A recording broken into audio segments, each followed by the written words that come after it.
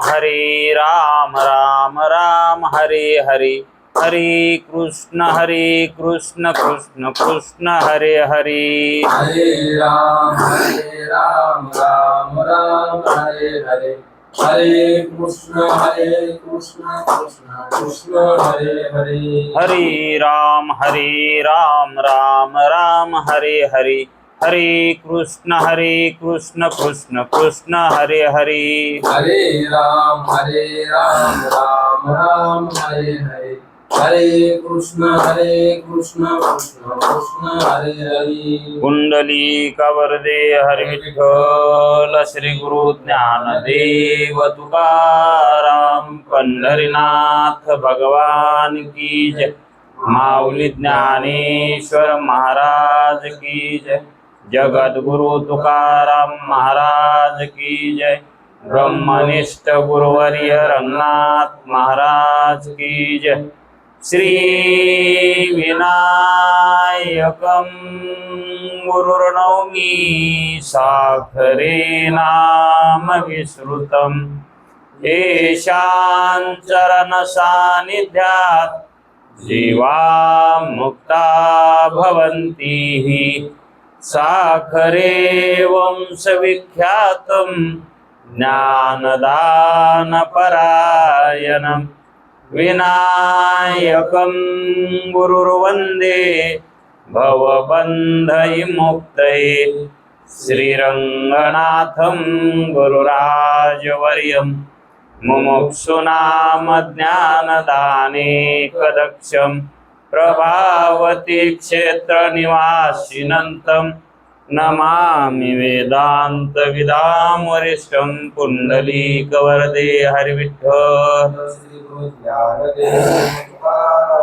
पंढरीनाथ भगवान की जय, माऊली ज्ञानेश्वर महाराज की जय। जो आनंद सत्य प्रकाश, विभू आणि आधार नाम रूपास, बुद्धी न जाणे आणि जाणे त्यास, तो अपार शुद्ध परमात्मा मीच असे। माझे अपार स्वरूप समुद्रावरती, जणू तरंग ब्रह्मा विष्णू महेश गणपती, सूर्य चंद्र वरुण यम मिरविती, देवी कुबेर ही तैशीची।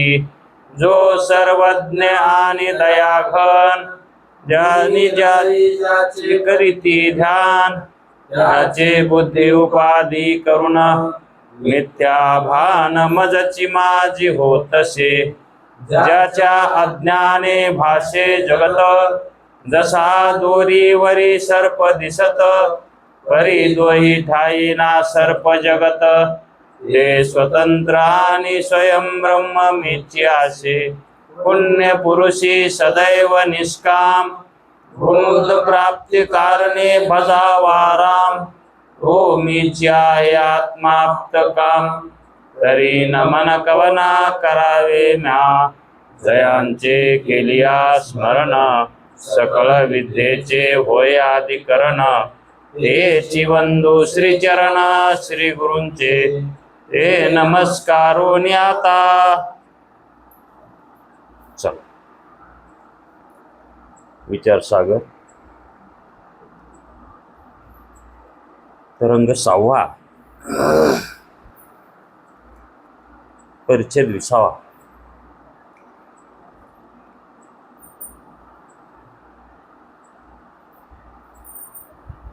या 20व्या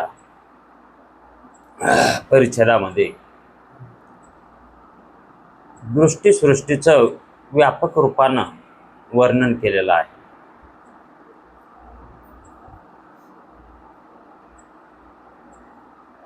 काल आपणाला गुरुजींना असं सांगितलं, ज्ञानाहून पूर्वी त्रिपुटी नसते, ज्ञानाहून पूर्वी विषय नसतात, आणि ज्ञानानंतरही ज्ञानानंतर ज्ञान नसतं, ज्ञाना अगोदर ज्ञान नसतं, मग ज्ञानात विषय असतात. जोपर्यंत ज्ञान आहे तोपर्यंतच विषय आहे का नाही? मग ते विषय जे उत्पन्न होतात ते ज्ञानात होतात, ज्ञानाने होतात. आणि ज्ञानाने त्या ठिकाणी विषयाचं ज्ञान होतं, म्हणजे ज्ञानच प्रकाशन करतं. विषयाचं प्रकाशन करणारं ज्ञान आहे का नाही? विषय प्रकाशन करत नाहीत. विषयाचं विषय प्रकाशन करतात का? किंवा ज्ञानाचं प्रकाशन करतात का विषय? ते प्रकाशन करत नाहीत. विषयाचं प्रकाशन ज्ञानानं होते, हे का नाही? आणि तेही कोण्या ज्ञानानं? विशेष ज्ञानानं. विशेष ज्ञान कधी उत्पन्न होतं? अंतःकरण असेल तर. अंतःकरण कधी उत्पन्न होतं? भ्रांती असेल तर. भ्रांती असेल तर, हे का नाही? आणि भ्रांती कधी असते? अज्ञान असेल तर. मग अज्ञान कशाचं असते? स्वरूपाचे असते, हे का नाही? मग याला निव्वळ केवळ कारण जर म्हणावं तर अज्ञान आहे. हे ज्ञानाला, विषयाच्या ज्ञानाला, प्रतीतीला, जन्माला मरणाला कारण कोण आहे? ह्या सर्व प्रपंचाचं कारण अज्ञान आहे. आणि ते अज्ञान जर निवृत्त झालं तर मग परमात्म्या वाचून दुसरं कोणीच नाही. जग नाही म्हणून विषय नाहीत, विषय नाही म्हणून ज्ञान नाही, ज्ञान नाही म्हणून अंतःकरण नाही, आणि अंतःकरण नाही म्हणजेच भ्रांती नाही. आणि भ्रांती नसते तिथं अज्ञान नसते. आणि जिथं अज्ञान नसते तिथं केवळ ज्ञान स्वरूपता असते, है का नाही? मग हा सर्व प्रपंच प्रतीतीला जो येत आहे, मग तो जागृतीतला असो की स्वप्नातला असो, हा प्रपंच सर्व मिथ्या आहे, वास्तविक सत्य नाही. प्रतीतीला येत असला तरीही सत्य नाही. अहो, प्रतीतीला याला आणि ते खरा ठराना म्हणूनच सत्य नाही ना. आणि प्रतीतीला आलाच नसता तर त्याला मिथ्या तरी कसं म्हणता आला असतं? आता वंद्यापुत्र प्रतीतीलाच येत नाही तर त्याला मिथ्या म्हणता येते का? ते अत्यंत असत रूप आहे. ते वंद्यापुत्र निस्ता असत आहे का? कधीच ते उत्पन्न होत नाही, म्हणून त्याला अत्यंत असत रूप म्हणतात. आणि त्याच्यासारखाच हे जगत रूपी प्रपंच आहे, फक्त प्रतीतीला यालाय आता. पण ही प्रतीती कशी आहे? मिथ्या आहे, हे का नाही? सर्पाची प्रतीती आहे पण सर्प कसा आहे? मिथ्या आहे. पण त्याला अस्तित्व आहे का? मग तसं प्रतीती आली पण अस्तित्व नाही. तसं जगत प्रतीतीला आलंय पण अस्तित्व नाही. आपण जीव झालो तर असं वाटायलंय पण अस्तित्व नाही त्याला, है का नाही? म्हणून कोणी जीव झालं नाही, कोणी मुक्त झालं नाही, कोणी मुक्त होणार नाही, कोणी मुक्त होत नाही, कारण कोणी बद्ध झालंच नाही. कारण जे झालंय ते खरं नाही. जे झालंय असं वाटायलंय ते खरं आहे का? दोरीवर सर्प दिसला, दोरीवर सर्प दिसला, मग सर्प आहे, पण तो खरा आहे का? मग तो नाहीच ना तिथं. ज्यावेळेस दोरीचं सामान्यही नव्हतं त्यावेळेस सर्प तिथं होता का? दोरीचं सामान्य ज्ञान सुद्धा. मग दोरीच्या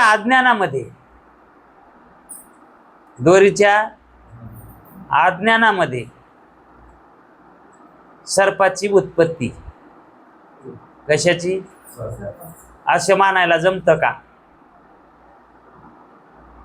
अहो, दोरीचं अज्ञान म्हणल्यावर सर्पाची उत्पत्ती कशी होईल? दोरीचं अज्ञान आहे म्हणल्यावर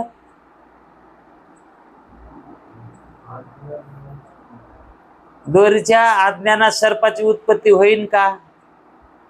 नाही. हा? सामान्य ज्ञान, तिथं सामान्य ज्ञान. मग उत्पत्ती दोरीच्या अज्ञानात मानायची का दोरीच्या सामान्य ज्ञानात? हा, अज्ञानात उत्पत्ती नाही, है का नाही? मग अज्ञानात उत्पत्ती होईल, पण ज्याचं अज्ञान असावं लागतं का, ते त्या उत्पत्तीचं अधिष्ठान असावं लागतं. ज्याचं अज्ञान असावं लागतं ते कोणाचं? त्या आपणाला प्रतीती येणाऱ्या पदार्थाचं अधिष्ठान असावं लागतं, है का नाही? मग त्या अधिष्ठानाच्या अज्ञानानं, कशाच्या अज्ञानानं? अधिष्ठानाच्या अज्ञानानं तिथं प्रतीती येईल, है का नाही?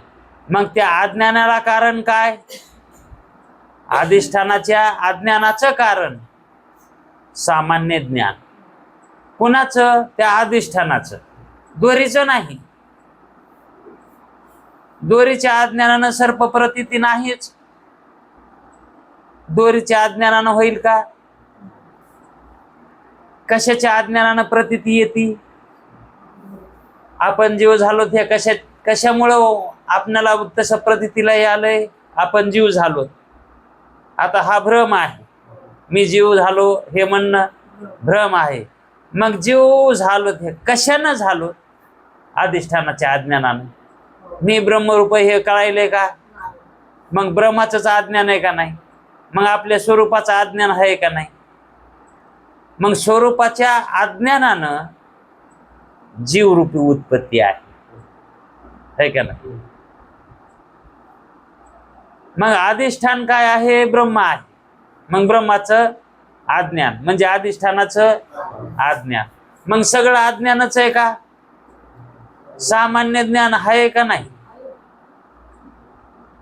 मी आहे हे कोणाचं ज्ञान आहे? सामान्य ज्ञान आहे स्वरूपाचं. आपलं आहे ही प्रतीती येते ना, मग सामान्य रूपानं यायली ती, है का नाही? विशेष रूपानं यायली का?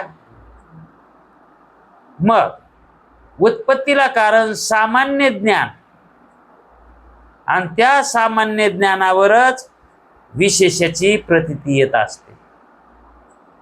कशाची? सामान्य ज्ञान, है का नाही? मग तिथं विशेषाची प्रतीती येते, है का नाही? मग कोण्या विशेषाची प्रतीती येते? एक भ्रमरूप विशेष, एक भ्रमरूप एक विशेष, आणि एक अभ्रमरूप एक विशेष. अभ्रम म्हणजेच अयथार्थ आणि यथार्थ. यथार्थ भ्रम आणि अयथार्थ भ्रम. मग जागृती हा जो भ्रम आहे, स्वप्न हाही भ्रमच आहे. मग यथार्थ भ्रम म्हणजेच जागृती, आणि अयथार्थ भ्रम प्रमा अप्रमा. हे जे ज्ञानाचं वर्गीकरण मागे सांगितलं होतं त्याच्यावरच आधारित आहे, है का नाही? मग हे जे ज्ञान आहे हे ज्ञानच सामान्य रूपानं आणि विशेष रूपानं असतं. मग विशेष रूप ज्ञानामध्ये ह्या दोन प्रतीत्या आहेत. विशेष रूप ज्ञानामध्ये दोन प्रतीत्या आहेत, है का नाही? मग आपल्याला किती प्रतीत्या यायला? आता स्वप्नाची प्रतीती यायली ना, आणि जागृतीची प्रतीती यायली. मग जागृतीमध्ये स्वप्न मिथ्या वाटायले आणि जागृती सत्य वाटायली. मग जागृती सत्य नसून का सत्य वाटायली? जागृती सत्य नसून सत्य का वाटायली? कारण तो यथार्थ भ्रम आहे. तो भ्रम कसा आहे? यथार्थ आहे. कारण त्या जागृती पदार्थाला पाहण्यासाठी जी उपाधी आहे ती त्याच सत्तेतली यथार्थ भ्रमातली आहे. अंतःकरण पंचमहाभूतापासून उत्पन्न झालेला आहे. आणि हे पदार्थ सुद्धा मग ते एकाच सत्तेचे आहेत ना. मग ते त्या कालामध्ये ज्या काली पदार्थ आहेत त्याच काली अंतःकरण आहे. ज्या काली अंतःकरण आहे त्याच काली अंतःकरणाच्या पूर्वकाली आहेत का? पण प्रतीती वाटते तशी तो भ्रम आहे ना.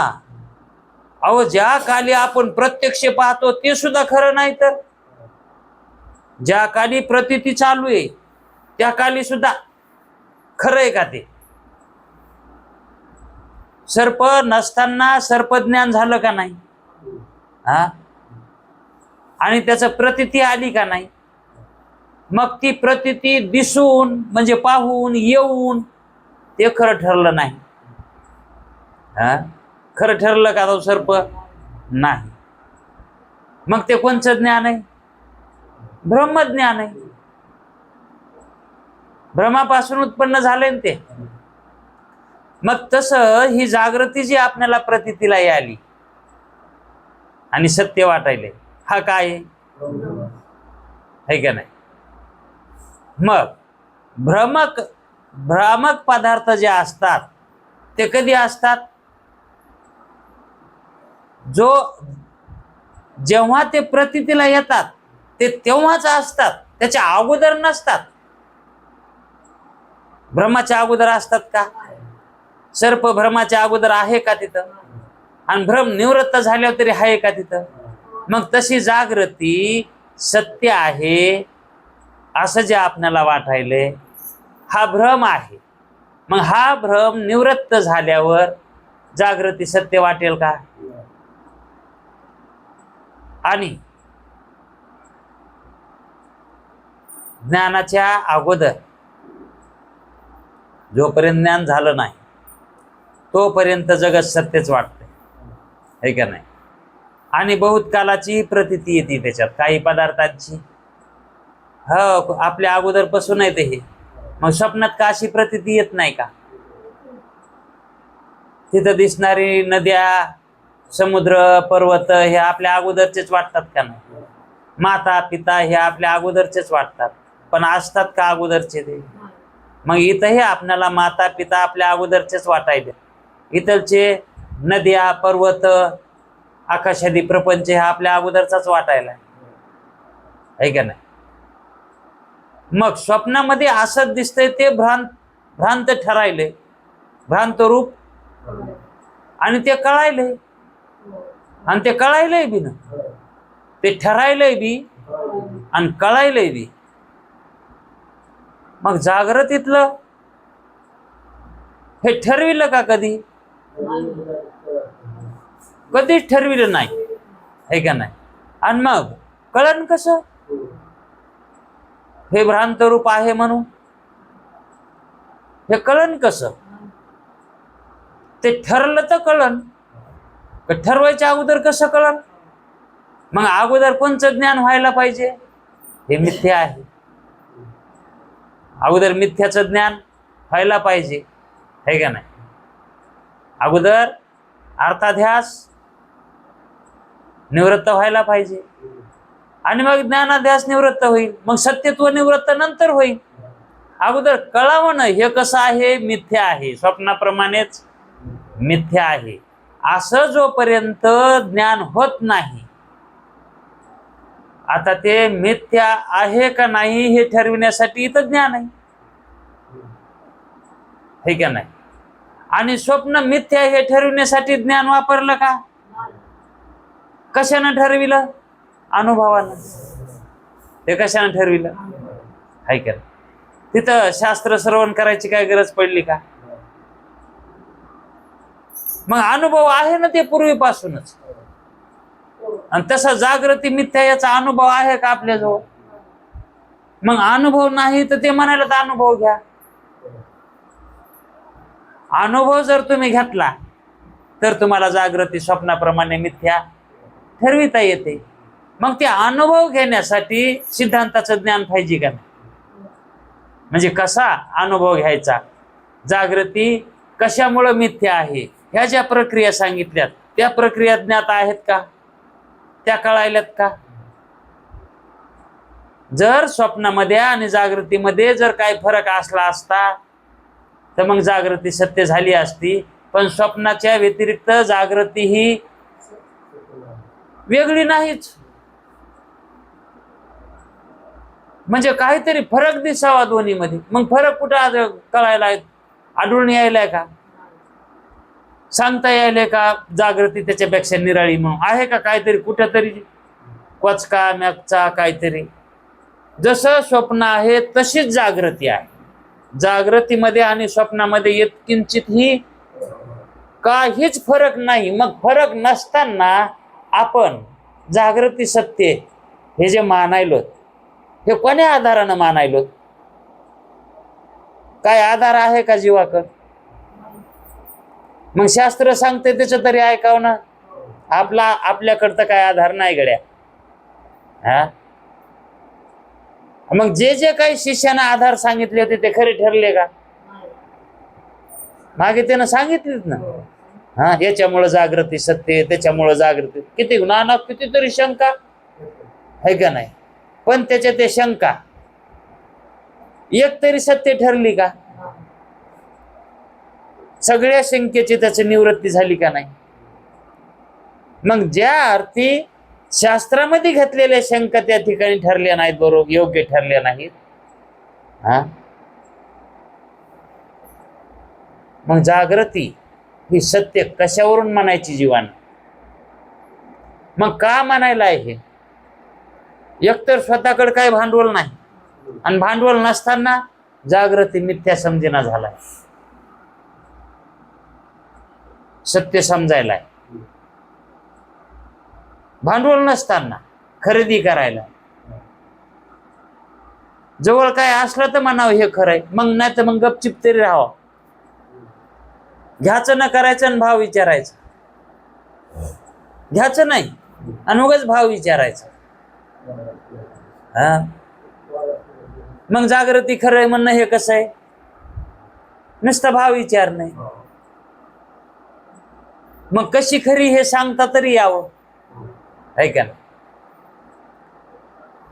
मग जीवाच्या ठिकाणी हे मुलकाचं अज्ञान आहे, आणि त्या अज्ञानाच्या योगानं त्याला भ्रांती झालेली आहे, आणि त्या भ्रांतीमध्ये जगत कसं सांगायला? सत्य म्हणून सांगायला, आहे का नाही?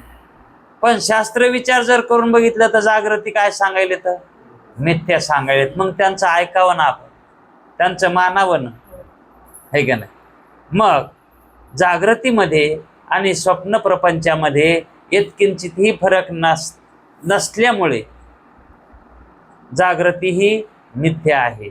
म्हणून दृष्टीसृष्टीवादामध्ये दोनच सत्ता मानतात, एक मिथ्या प्रातिभाषिक आणि एक पारमार्थिक. पारमार्थिक ती परमात्म्याची, आणि मिथ्या त्याच्या सोडून जितकं काय असेल तितकं. मग त्याच्यामध्ये सगळंच आलं, साधना सुद्धा आल्या, मुक्त म्हणणं सुद्धा. हे कशात यायले? प्रातिभाषिक सत्यतच यायले, आहे का नाही? प्रकाशन कोणाकडून व्हायले? ते अंतःकरणाकडून व्हायले. आणि अंतःकरणाकडून जेवढं जेवढं आभासाकडून जेवढं जेवढं व्हायले प्रकाशन, तेवढं कसं आहे? मिथ्या आहे, है का ना? मग हा जागृत प्रपंच अंतःकरणाकडून व्हाय नाही का प्रकाशित? हा जागृत प्रपंच अंतःकरणाकडून व्हालाय का?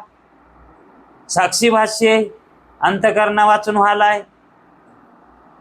आपल्याला वाटायलंय अंतःकरणाकडून व्हालाय, आणि वेदांत शास्त्र म्हणतंय अंतःकरण मिथ्या आहे.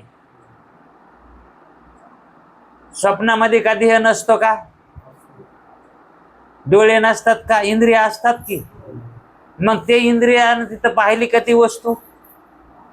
ती इंद्रिय कशी मग तिथला देह कसा? ते मिथ्याच की देह तिथला. आणि तिथं त्या देहाच्या इंद्रियानं जे पाहिलेले पदार्थ आणि इंद्रिय, मग सगळी त्रिपुटी तिथलची कशी आहे? प्रातिभाषिक सत्तेतलीच आहे ना. मग स्वप्नाला त्याच्यामुळेच प्रातिभाषिक सत्ता म्हणतात ना. हा, आणि इथंही कसं व्हायलंय? आपल्याला काय वाटायलंय? अंतःकरणानंच आपण जाणायलो, म्हणजे अंतःकरणवरती इंद्रियामार्फत बाहेर चालली आणि विषयाला जाणायली. इथं ही त्रिपुटी आपल्याला का प्रतीतीला येईना का? तिथं जशी यायली तशीच इथं पण. म्हणून अंतःकरण इथलंही कसं आहे? जसं स्वप्नात अंतःकरण आपल्याला प्रतीतीला येत आहे, तसं इथंही अंतःकरण प्रतीतीला यालंय की. आपल्याला वाटायले ना मला हे देह आहे. मग स्वप्नात का वाटत नाही का मला बी देह आहे? हा, देहाकडूनच पाहतो का नाही आपण? म्हणजे अंतःकरण देह म्हणजे. मग अंतःकरणाची उत्पत्ती व्हायली का नाही स्वप्नात? मग ती उत्पत्ती अंतःकरणाची वास्तविक सत्य आहे का? आणि मग जागृतीतल्या अंतःकरणाची ती तरी कशी मानायची सत्य? मग ज्या अर्थी जागृतीतलं अंतःकरणच खरं नाही, तर त्या अंतःकरणानं प्रकाशन केलेलं ते खरं असेल का? म्हणून ते कसं आहे? मिथ्या आहे. अहो, आज आपण अंतःकरणानं इंद्रियानं जे काय ठरवतो ते उद्या नसतंय. तुम्हाला वाटत असन आम्ही काही पदार्थ आमच्या पूर्वीपासून आहेत असं आम्हाला ज्ञान व्हालंय, पण दुसरा व्यक्ती म्हणते नाही हे आमच्या समोर झालंय, आणि आमच्या अगोदरचे म्हणतात नाही हे नव्हतंच. मग कोणाचं खरं मानायचं? तिघाची 3 उत्तरं यायले तर. हा, तुम्हाला विचारलं कॅलन, हा कॅलन पाटबंधारे हे तुमच्या समोर झालं का? तुम्ही काय म्हणणार? अगोदरच आहे. पण आम्ही म्हणणार नाही आमच्या समोर खाणलंय. आणि आमचे वडील म्हणतात नाही पहिलं नव्हतं हे. मग इथं काही नवीन उत्पन्न व्हालंय, हा, आणि काही नाश बी व्हालंय, आणि काही उत्पन्न बी व्हालंय. हा, काही नाश बी पावायले, आणि काही बहुत कालाची प्रतीती दाखवायली. असे पदार्थ जे आपणाला ज्ञात व्हायले तर ते अनिर्वचनीय मिथ्येशिवाय त्याला सत्ता कोणची द्यावी? मग आपल्याला जे या ठिकाणी जे सत्यत्व वाटायले ह्या जगतामधलं, हे सत्यत्वच आपली भ्रांती आहे. हे सत्य वाटणंच. स्वप्न ही सत्य वाटत नाही का त्या काली? मग जागृती ही सत्य वाटत नाही का आता? मग स्वप्न मिथ्या असून सत्य वाटायले त्या काली, मग आता ही जागृती मिथ्या असून सत्य वाटायली ह्या काली. ज्या काली जिथं असतो तिथं आपल्याला ती सत्यताच प्रतीती येते, है का नाही? मग ती सत्यता जी आपल्याला प्रतीतीला याली, ती सत्यता त्याची नाही ना, त्याची नाही, है का नाही? त्याला तर शास्त्र काय द्यायलंय? प्रातिभाषिकत्व द्यायलंय, है का नाही? मिथ्यात्व द्यायलंय. आणि मग ती सत्यता कोणाची तिथं प्रतीतीला यायली? ती हा, ती सत्यता कोणाची आहे? मग सत्यता ही कारणता आहे का नाही? हा, मग ती कारणता कोणाची? ब्रह्माची का? ती कारणता देश कालाच्या ठिकाणी कारणता वाटावी का ब्रह्माच्या ठिकाणी कारणता वाटावी? हे जगत प्रपंच आकाशादी सृष्टी झाली ही देश कालाच्या कारणतेमुळं उत्पत्ती झाली, कार्य झालं. हे हा देश कालामुळं झालंय का? मग देश कालाच्या ठिकाणी कारणता नाही म्हणून सांगितली ना. ते सुद्धा कसं आहे? मिथ्याच आहे ना देश काल सुद्धा. देशकाल सुद्धा कसे सांगितले होते, मिथ्याच म्हणून सांगितले होते, है का ना. आणि मग ती कारणता गुरुजीनं काय सांगितली अगोदर, ती ब्रह्माची कारणता आहे, है का नाही. आणि मग ती कारणता सांगितल्यावर मग त्याला पुन्हा शंका झाली की कार्यता कोणाची. मग सुरुवातीला कारणतेबद्दल चलू लागला विचार, त्यावेळेस कारणता त्या पदार्थाची नसताना म्हणजे देशकालाची सुद्धा नाही, देशकालाला कारणता जाता येत नाही, म्हणून ती कारणता जी प्रतितीला येते कुठं, कार्याच्या ठिकाणी. कारणता प्रतितीला यावी ना, कार्याच्या ठिकाणीच येते ना. म्हणजे ह्या कार्याला कोणतरी कारण, तेव्हा हे कार्य झालंय. मग कोणाच्या ठिकाणी कारणता जाणार, देशकालाच्या ठिकाणी जाईल का. कारण देशकाल ही कशी आहेत, अविद्याचा परिणाम आहे, है का नाही. म्हणजे अविद्याचा परिणाम आहे तो पदार्थ अनिर्वचनीय मिथ्या असतो, है का नाही. कारण अनिर्वचनीय मिथ्या तीच अविद्या आहे. अविद्या स्वतः कशी आहे, अनिर्वचनीय मिथ्या आहे, है का नाही. मग तिच्या ठिकाणी कारणता जाईल का, तिच्या ठिकाणी कारण जात नाही. मग कोणाची कारणता आहे, जो प्रकाशन करायला आहे त्याचीच कारणता मानावी लागेल, तोच उत्पन्न करायला आहे. म्हणून कारणता ब्रह्माची सांगितली होती. पण तितक्यावर थांबला का शिष्य, तो तितक्यावर समाधान झालं का. तो म्हणला कारणता ब्रह्माची आहे हे तुम्ही सांगितलं आणि ते बरोबरही असेल, मग ही कार्यता कोणाची. जे कार्यकारण भाव आहे, हा कार्यकारण भाव वेदांत शास्त्रामध्ये मानितच नाही.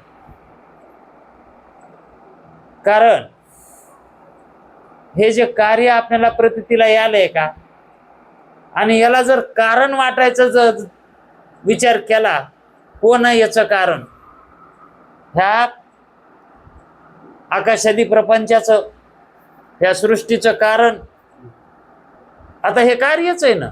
मग याचं कारण जर पाहायला गेलं तर ब्रह्माच्या ठिकाणी कारणता चालली. मग ही कार्यता जी झाली आहे, ही कार्यता कोणाची. अहो जे कार्य झालंय का ते कारणच आहे ना, आणि कारण कोण आहे, ब्रह्म आहे. आणि मग जे कार्य रूपानं झाले ते ब्रह्मच आहे, असं गुरुजीने सांगितलं होतं. म्हणून कार्यकारणाचा अभेद आहे. कार्यकारण हा भाव घडतच नाही. पण कार्याच्या ठिकाणी कारणतेची प्रतीती येते, हे कोणापासून तरी झालंय. मग ती सोय लावली की ही कारणता कोणाची आहे, देशकालाची नाही, ब्रह्माची कारणता आहे. इतकं मानलं तरी तो कसा झाला.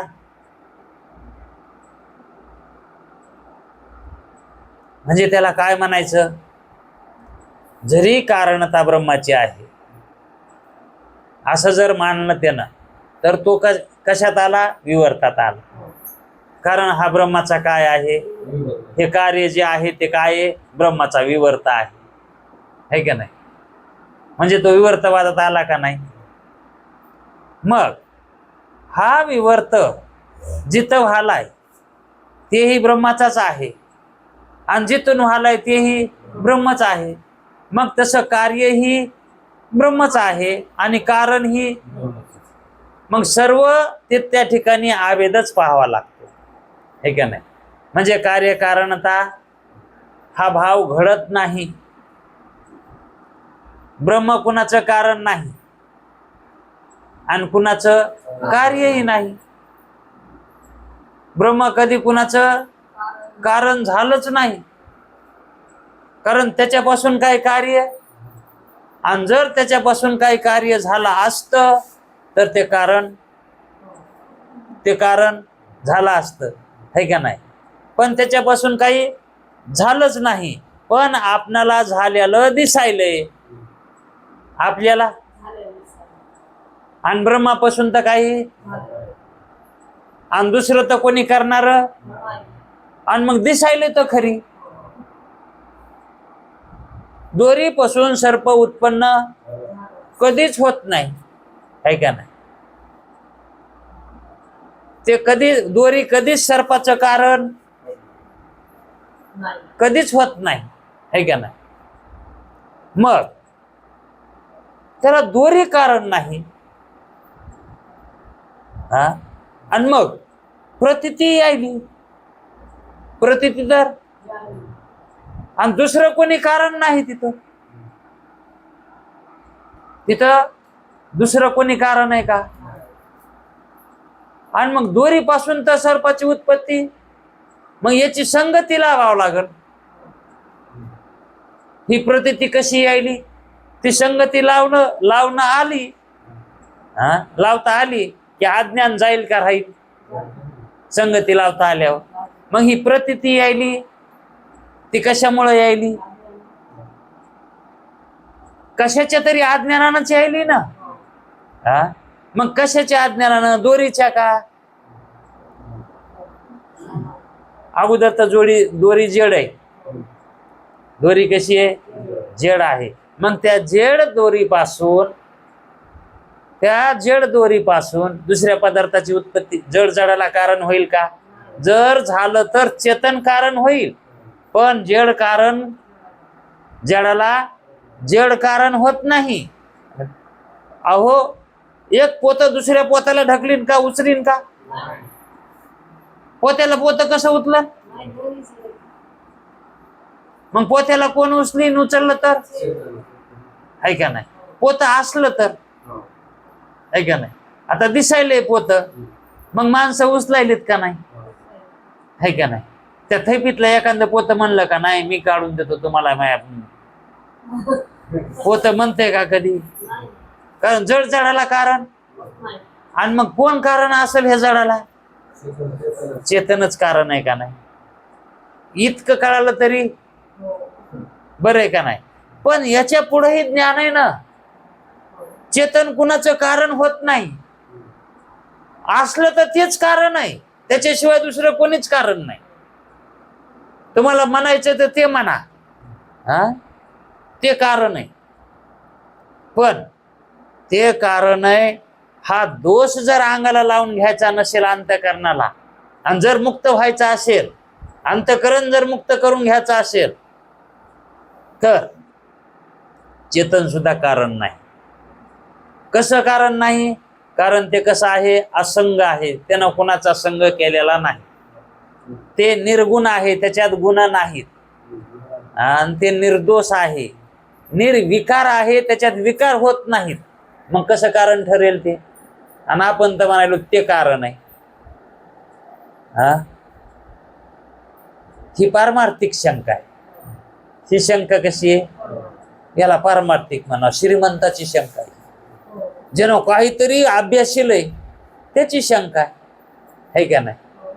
आणि कारण कोण आहे हे सांगा म्हणल्यावर हे अज्ञानाची शंका आहे.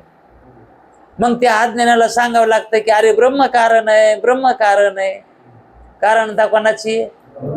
कारण त्यानं कोणती मानलेली असती? देशकालाची. मग ती देशकालाची कारणता नाही, ते जड आहे. दोरी जड आहे, दोरी कारणता नाही सर्पाला, तसे देशकाल कारणता नाही ते ह्या प्रपंचाला. मग कोण कारण आहे? तर ब्रह्मचैतन्यच हे कारण आहे, सांगावं लागतं. कारण ते सांगितले तरच त्याला झालेला भ्रम ते, हा, कोणता? विसंवादी. तो विसंवादी भ्रम अगोदर काढावा लागेल का नाही? आणि मग कोणता राहतो भ्रम? संवादी भ्रम राहतो. मग तो संवादी भ्रम चांगला आहे का? मग ब्रह्माच्या ठिकाणी कारणता मानावी का? हा संवादी भ्रम आहे. मग तो बी राहू नये ना, हा. मग ह्या जन्मात तो भ्रम काढणं झाला तर झाला, नाही झाला तर पुढच्या जन्मात काढावं, पण ते काढू नये का? नाही घरच्याला नतनी नाही निघाली, नाकातली नाही निघाली तर सोनाराकडे जाऊन काढावं का? तशी ठेवाव. नाही म्हणले आता मेलय तर खरीन, काय ठेवणे उपयोग आहे, नाकाला काढून घ्या, काढा आहे ना, मग त्याला सोनाराकडे नेऊन काढून आणाव, असंच का?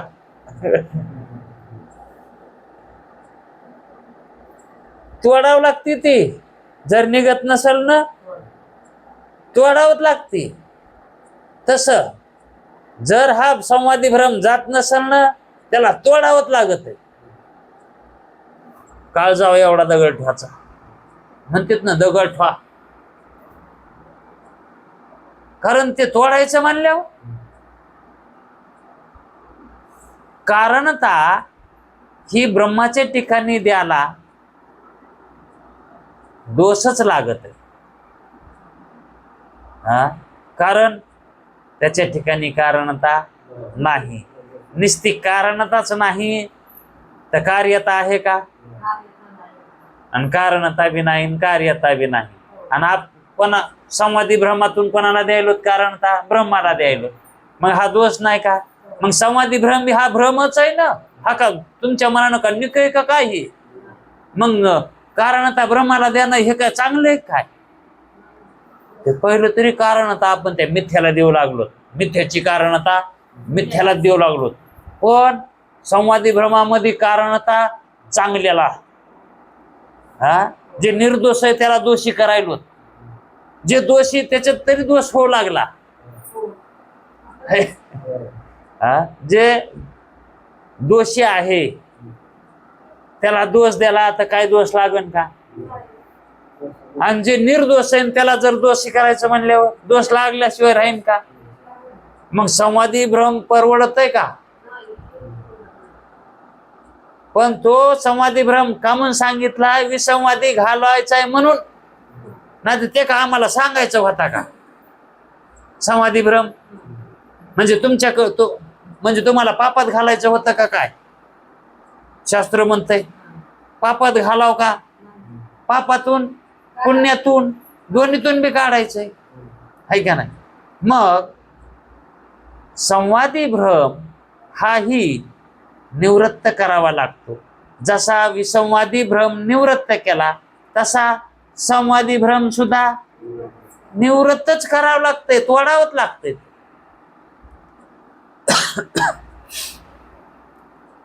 मग संवादी भ्रम हाही हानिकारकच आहे. ब्रह्मता प्राप्त करून देईल का?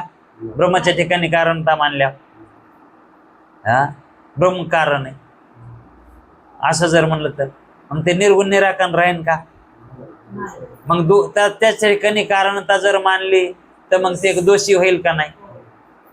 दोषयुक्त होईल का नाही? आणि ते कसं आहे? शुद्ध आहे, शुद्ध.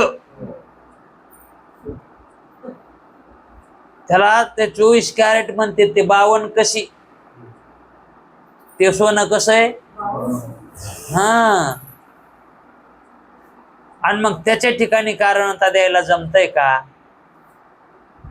मग या ठिकाणी जागृतीमधले जे आपल्याला पदार्थ प्रतीतीला यायलेत हे आतापर्यंत अंतःकरणातून वृत्ती बाहेर निघते आणि ती जाणते म्हणून सांगितलंय. आणि त्या ठिकाणी त्या वृत्तीनं त्रिपुटी उत्पन्न व्हायली आणि प्रतीती पदार्थाची आली असं सांगितलंय. पण दृष्टीसृष्टीवादावाले काय म्हणतात? अंतःकरण सुद्धा मिथ्या आहे. कारण स्वप्नामध्येही अंतःकरण प्रतीतीला येतंय आणि जागृतीमध्येही अंतःकरण प्रतीतीला येतंय. मग अंतःकरणामध्ये ज्ञान उत्पन्न होऊन इंद्रियाद्वारा वृत्ती ज्ञानासहित म्हणजे त्या चिदाभासासहित बाहेर जाते आणि पदार्थाचं ज्ञान करून घेते आणि ते ज्ञान अंतःकरणोपही चैतन्याला होतंय. असं जे सांगितलंय का, हे कुठवर सांगायचंय, कवर सांगायचंय? ही संगती लावण्यामुळं. मग आता ही संगती लावल्यावर ज्ञान कोणाला व्हालंय? वृत्तीला व्हालंय का? ज्ञान वृत्तीला व्हालंय का? कोणाला व्हालंय ज्ञान? चैतन्यालाच व्हालंय का नाही? वृत्तीमधल्या चिदाभासाला ज्ञान व्हालंय का नाही? आता आपण पोती ऐकायलो, हे ज्ञान कोणाला व्हालंय? इंद्रियाला व्हालंय का? वृत्तीला व्हालंय का? मग कोण ऐकायलंय पोती? है का नाही? चैतन्यच ऐकायलंय का नाही? आणि मग चैतन्य जर ऐकायलंय चैतन्य कसं आहे? ज्ञान रूप आहे का अज्ञान रूप आहे? ज्ञान रूप चैतन्य आहे का नाही? आणि ते ज्ञान रूप असताना त्याला ज्ञान घेण्याची काय आवश्यकता आहे? त्या चैतन्याला त्याला ज्ञान घ्यायची काय आवश्यकता आहे का? आत्मा कसा आहे? ज्ञान स्वरूपवान आहे का नाही? अहो हे प्रकाशन कोण करायला आहे? आत्माच करायला आहे का नाही? वृत्तीमध्ये येऊन आत्माच प्रकाशन करायला आहे. आणि मग त्याला ज्ञान, ते ज्ञान घ्यायलाय. मग प्रकाशन बी तेच करायला आहे आणि तेच ज्ञान बी घ्यायलाय. मग ह्या क्रिया खऱ्या आहेत का? हा. आणि मूळचा कसा आहे ते आत्मा? ब्रह्मरूप आहे, ज्ञान रूप आहे. त्याला ज्ञानाची काय गरज आहे? मग ह्या क्रिया ज्या व्हायल्यात का, ह्या वास्तविक सत्य आहेत का? अशा क्रिया होत असतात का? ज्ञानी ज्ञान कशाला घेईल? अज्ञान असेल तर. हा.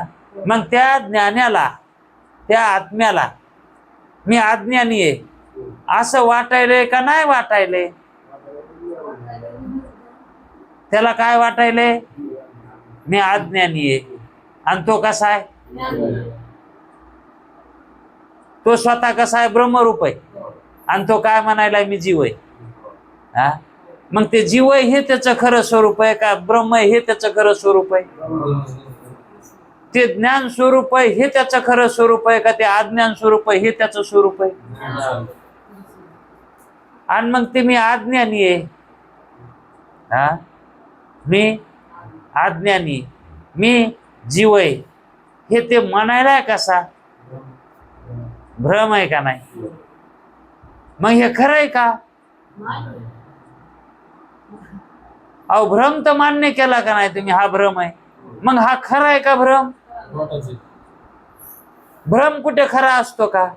मग तो ज्ञान रूप नाही तर कोण आहे? मग तुम्ही ब्रह्मरूप नाहीत तर कोण आहे? म्हणून अंतकरण हे आपणाला, हे जे अंतकरण आणि अंतकरण हे मी आहे असं जे वाटायलंय हा भ्रम आहे. स्वप्नात सुद्धा अंतकरण असतंय आणि अंतकरण मी आहे असा भ्रम असतो, है का नाही? पण तो भ्रम जागृता आली की निवृत्त होतो. मग शास्त्रानं सांगितलेली जागृता म्हणजे आत्मबोधाची जागृता जर आली तर मग मी अंतकरणाचा आणि माझा काय संबंध नाही ही जागृता काय येऊ नये? अंतकरणाचा आपला काय संबंध आहे? आपण कसे आहेत? आकाशाप्रमाणे निर्गुण निराकार आहेत ना. आकाश कसं आहे? काही लेप लावून घेतय का आकाश? आणि तसं आपलं स्वरूप कसं आहे? आकाशासारखं आहे का नाही? मग आकाशामध्ये जशा इकडं तिकडं वस्तू उचलून नेतेत आणतेत, सगळा व्यवहार चालायला आकाशामध्ये, आहे का नाही? आणि मग तसं हे अंतकरणाचा व्यवहार आपल्यात चालायला, याचे आपण कोण आहेत? साक्षी इथं, आहे का नाही? ते अंतकरण उपाधी लागल्यामुळे आपण काय व्हायलो? साक्षी व्हायलो. मग हा सगळा साक्षी व्यवहार आहे. हा प्रपंच कसा आहे? म्हणून तर याला साक्षी भाष्य म्हणतात ना. याला काय म्हणतात? मग जागृतीत साक्षी भाष्य वाटतंय का? विषय ते चालला आपला. जसं स्वप्न आपल्याला वाटतंय साक्षी भाष्य आहे, जागृती वाटते का? मग नाही का साक्षी भाष्य? म्हणून हा सर्व प्रपंच साक्षी भाष्यच आहे. साक्षीच प्रकाशन करायला याचं आपणच प्रकाशन करायलो. मग हे अंतकरणाचंही प्रकाशन कोण करायलंय? आपणच करायलो. आणि हे अंतकरण कशाचं आहे? पंचमहाभूताचं आहे. मिथ्या आहे पुन्हा, ते का सत्य आहे का? आणि त्याचं आपण प्रकाशन कसं करायलो? ते माझं आहे आणि ते मी आहे. मग हा भ्रम आहे, हा भ्रम आहे. वास्तविक पाहता फक्त आपल्याकडून प्रकाशन व्हावं की मी याचा प्रकाशक आहे. माझ्याकडून जोपर्यंत अंतकरण आहे का तोपर्यंत मी प्रकाश करणारा कसा आहे? साक्षी आहे. आणि जेव्हा अंतकरण नष्ट होईल, निवृत्त होईल, त्यावेळेस आपण हे अंतकरण वाचून राहणार का नाही? हे अंतकरणानं काम नाही केलं. यानं काम जर नाही केलं कशाचं? हे विशेष ज्ञानाचं आता याच्यामुळेच विशेष ज्ञान व्हायले का नाही? मग विशेष ज्ञान जर याच्याकडून नाही झालं तर मग त्यावेळेस आपलं स्वरूप कसं आहे का नाही? मग खरं स्वरूप आपलं ब्रह्मरूपच आहे. पण या मिथ्या पदार्थाचा साक्षी आपण कसे व्हायलोत? मिथ्या पदार्थाचे साक्षी सत्य व्हायलोत का मिथ्या व्हायलोत?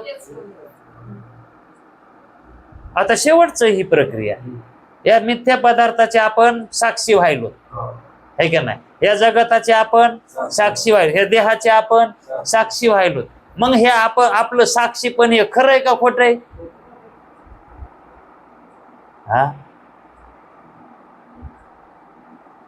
हे साक्षीपण कशामुळे यायला आपल्याला? खोट्यामुळं. मग साक्षीपण खरं आहे का? मग आपण साक्षी सुद्धा नाही तो खरे. हा, खरे आपण साक्षी सुद्धा नाहीत है का नाही? कारण हे साक्षीत्व कशामुळे यायले? प्रातिभाषिक सत्यातून आलंय का पारमार्थिक सत्यातून आलंय हे विचार करायचा आपल्याला.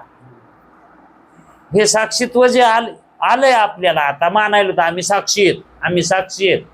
हा, का म्हणतो? आम्ही दृष्टी येत विषयाचे, दृष्टी येत आम्ही दृष्टीत म्हणून आम्हाला त्या विषयाचं ज्ञान व्हालंय. वृत्तीमुळं आम्ही द्रष्टा झालो.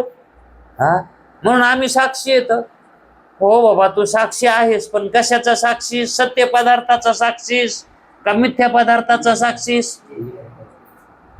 साक्षी कोणाचा आहे का ना? मग मिथ्या पदार्थाचा जर साक्षी असेल तर त्याचं प्रकाशन कसं करायला असतो? मिथ्या म्हणून करायलास का सत्य? हा, हे दुसरा आळा आहे. आता आपण जे समजा प्रकाशन करायलो, कोणाचं करायलो? मिथ्या पदार्थाचं करायलो. हा, मग मिथ्या म्हणून करायलो का सत्य म्हणून करायलो?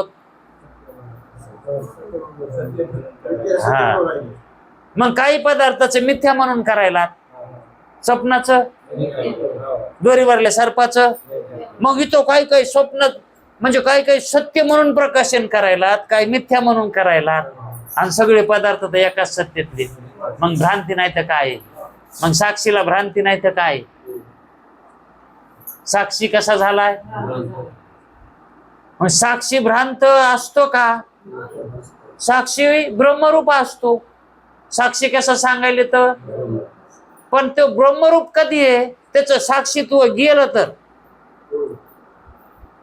साक्षी ब्रह्मरूप कधी? तो साक्षी नाही राहिला तर तो ब्रह्मरूप आहे. आणि तो साक्षी भावात आला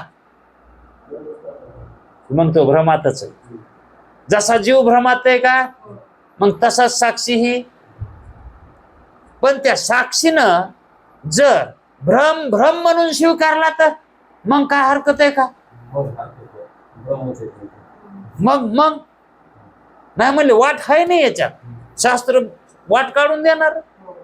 मग ते म्हणतंय जर समजा मिथ्याचं प्रकाशन साक्षी करायला, हा, मग त्यानं जर समजा मिथ्या पदार्थ मिथ्या आहे, हा, असं जर त्यानं सांगितलं तर त्या साक्षीवर काय दोष येईन का? आणि त्या साक्षीनं जर ते मिथ्या पदार्थ सत्य म्हणून जर सांगितला तर है का नाही?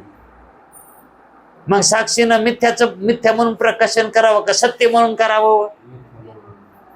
हा, आणि तशी वृत्ती राहून जर तो, तशी वृत्ती ठेवून जर तो अंतःकरणात जरी असला साक्षी रूपानं, हा, मग तो भ्रांतीमध्ये मानता येईल का त्याला? मग चालतं बोलतं ब्रह्म नाही तर कोण आहे ते?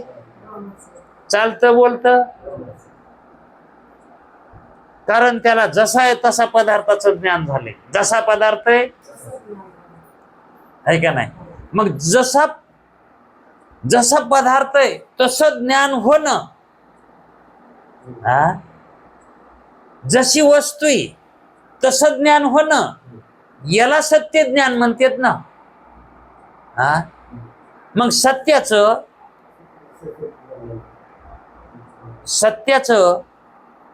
आपण ज्याला सत्य सत्य म्हणालो त्या सत्याचं सत्य म्हणून ज्ञान व्हावं का मिथ्या म्हणून व्हावं? सत्याचं आपण ज्याला सत्य म्हणायलो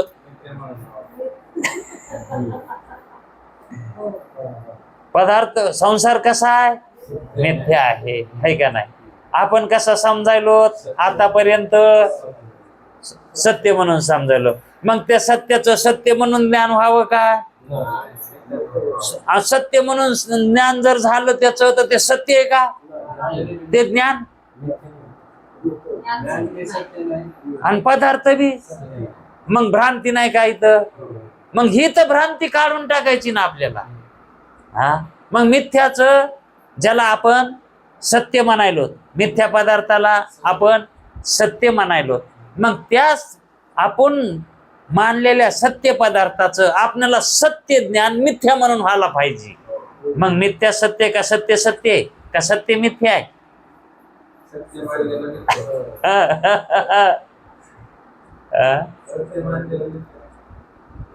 मग मिथ्या म्हणणं हे सत्य आहे का सत्याला मिथ्या म्हणणं हे सत्य आहे? मिथ्याला सत्य मानणं आणि सत्याला मिथ्या मानणं. मग व्यावहारिक सत्याला मिथ्या मानायचंय का पारमार्थिक सत्याला मिथ्या मानायचंय? ते बी लक्षात राहावं लागतंय ना. हा म्हणजे ज्याला आपण सत्य सत्य म्हणायलो हा हा ते मिथ्याला, म्हणून ते मिथ्याला सत्य म्हणायलोत ना आपण. मग ते सत्य मिथ्या आहे का नाही?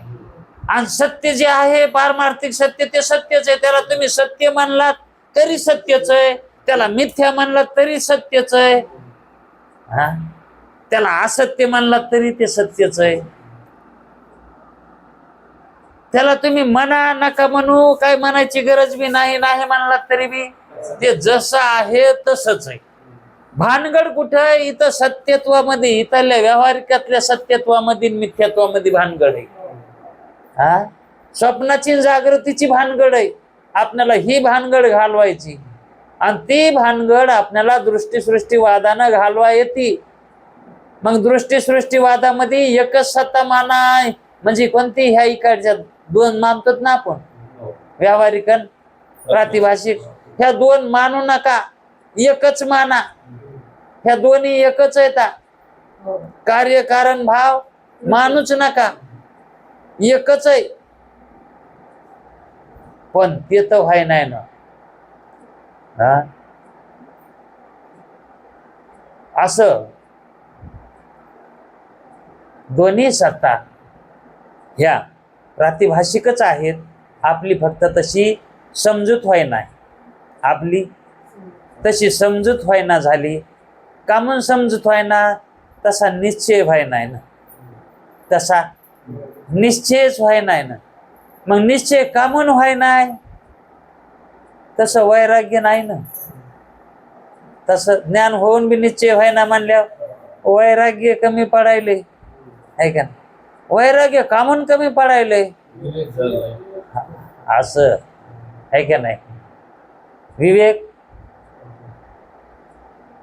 कारण हा परमार्थ विवेकाच्या पायावर आहे म्हणून सांगितला होता. पाया मजबूत असेल, पाया इमारत कशावर असती? म्हणून पाया पक्का करावा, आहे का नाही?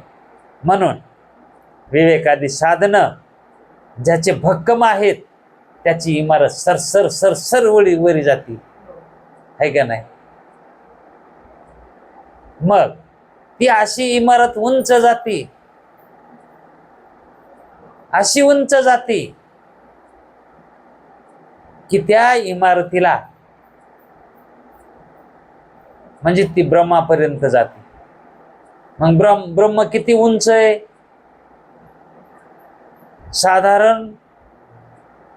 साधारण उंचीवाल्याला त्या ब्रह्माची गाठ घेता येते का? त्या मजल्यावर जाता येते का वरच्या? मग हे ज्ञान विवेकापासून जर संबंधापर्यंत आपण गेलो, संबंध घालता आला की मी सच्चिदानंद ब्रह्मरूप आहे, हा संबंध जर घालता आला तर त्यावेळेस ती इमारत कशाला आली म्हणते, तर फळाला आली. काय प्रमाण माहितीये का? हा, इमारत फळा आली.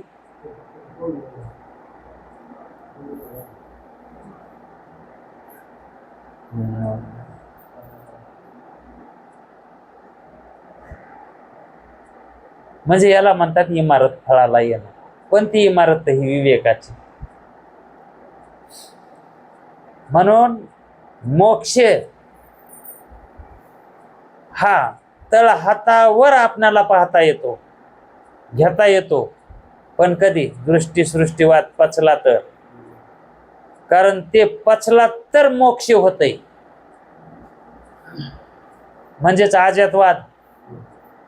दृष्टी सृष्टीवाद पचला तर पचून त्या दृष्टी सृष्टीवादाचं काय होतंय, आजातवाद होतय. आणि आजातवाद म्हणजेच काय, ब्रह्मता, निखळ ब्रह्मता आहे का नाही. असा या दृष्टी सृष्टीवादाचा विवक्षित अर्थ आहे. तो अर्थ वारंवार वारंवार आपण दृढ करावा, वारंवार करावा लागतो. एकदा दोनदा ऐकल्यानं हे दृढ होत नाही, हे वारंवार करावं लागतंय. यालाच तर अभ्यास म्हणतात ना. म्हणून अभ्यासानं जे अवघड आहे ते सोपं होतंय. अभ्यासाशी काही सर्वथा दुष्कर नाही, कठीण काहीच नाही. या लागी माझे ठाई अभ्यासे मिळ, असं माऊलीनं सुद्धा म्हटलं. म्हणजे भगवंत म्हणालेत अर्जुनाला, असं माऊलीनं सांगितलंय आपल्याला, है का नाही. अभ्यास करावा लागतो. अभ्यास म्हणजे प्रयत्न, है का नाही. प्रयत्नात कमी पडलं की मग फळ नाही लागणार, है का नाही. लागन पण उशिरा, मग प्रयत्न जसे करतात, है का नाही. आता याच्यातला सगळा आलाय तो सारा अर्थ सगळा. तरी पण उद्या थोडंफार घेऊन पुढची शंका घेऊ. तोपर्यंत थांबू. कुंडली कवरदे